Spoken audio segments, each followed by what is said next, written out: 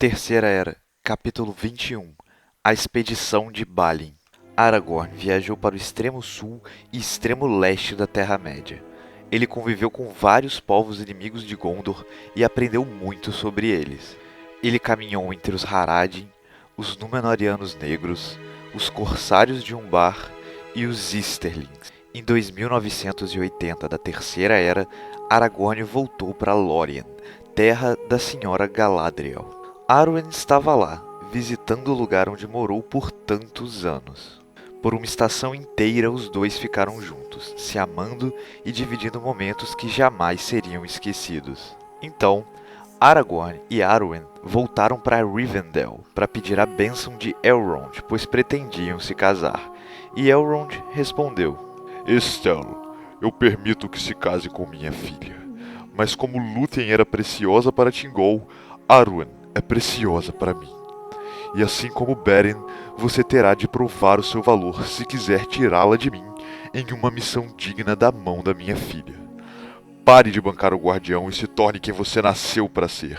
Seja coroado rei de ambos os reinos dos Dúnedain na Terra-média, Arnor e Gondor, e só então eu permitirei que se casem. Erebor havia voltado a ser um reino glorioso dos anões, e muito da força do povo de Durin havia se recuperado.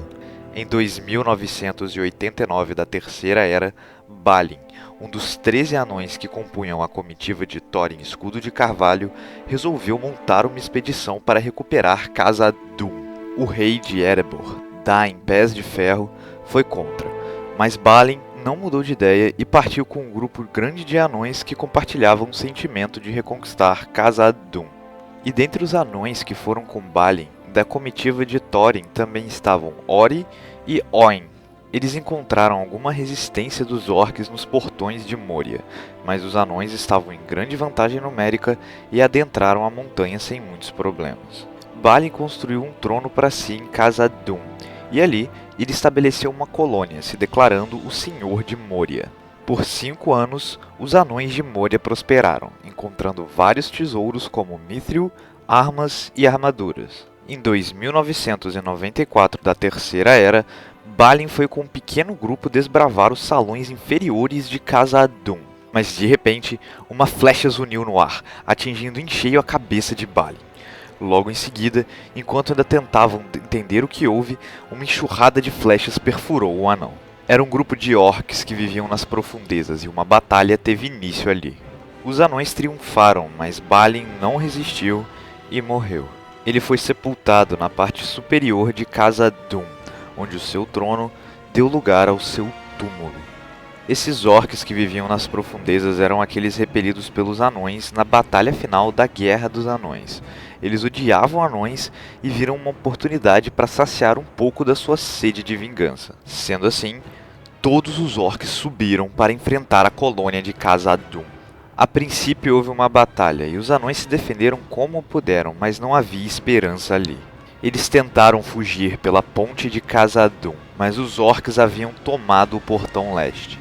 Então, a única opção que havia lhes restado era atravessar Moria inteira e tentar escapar pelo portão oeste, que é a porta feita pelo elfo Celebrimbor na Segunda Era, que dividiu o reino dos anões de Moria e o sub-reino perdido dos elfos de Eregion. Eles conseguiram alcançá-la, mas não sabiam como abrir a porta, pois seus segredos foram perdidos há muito tempo atrás. Os anões se viram encurralados, mas com apenas alguns soldados, Oin conseguiu forçar a passagem de seu povo pelas tropas inimigas. Oin morreu nessa investida, mas o seu plano funcionou, e os anões conseguiram fugir para a sala reforçada onde estava a tumba de Balin. E ali eles resistiram, esperando a morte chegar, pois apesar da sala ser protegida, ela não possuía saídas alternativas. Os orcs tentavam derrubar a porta, enquanto Ori escrevia sobre a última resistência dos anões em Moria em um livro. As portas se romperam e não houve esperança para os anões aquele dia. Todos foram massacrados ali. A obsessão de Saruman com um anel estava corroendo a sua mente e o mago só pensava em encontrá-lo. Ele havia se esquecido de sua missão na Terra-média e estava completamente corrompido pela sede de poder.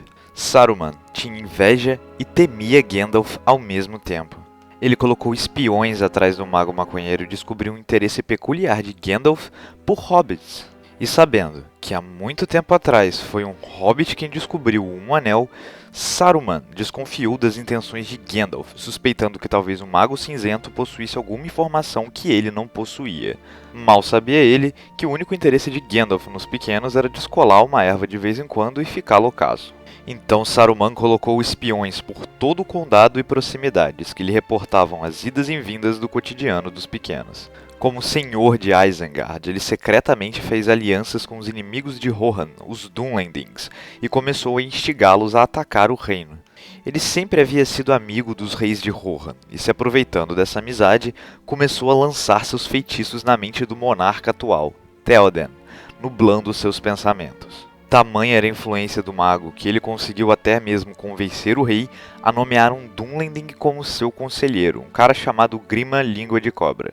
Saruman estudou bastante os Anéis de Poder e, com todo o seu conhecimento, fez um anel para si mesmo.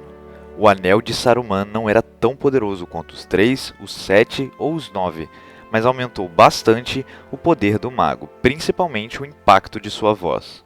O Mago Branco tinha como arma mais poderosa sua imponente voz, que penetrava nas mentes de seus inimigos e os transformava em aliados. Aqueles de mente fraca sucumbiam facilmente à vontade de Saruman, enquanto outros apresentavam alguma resistência. Sua mente foi ficando cada vez mais escura, e ele, que outrora foi o líder do Conselho Branco, agora fazia experimentos com as artes negras de Morgoth, tentando criar orcs para montar um exército. Na virada do milênio, no ano 3000 da Terceira Era, Saruman teve a audácia de usar a Palantir de Orthanc, mesmo sem saber onde estavam as outras.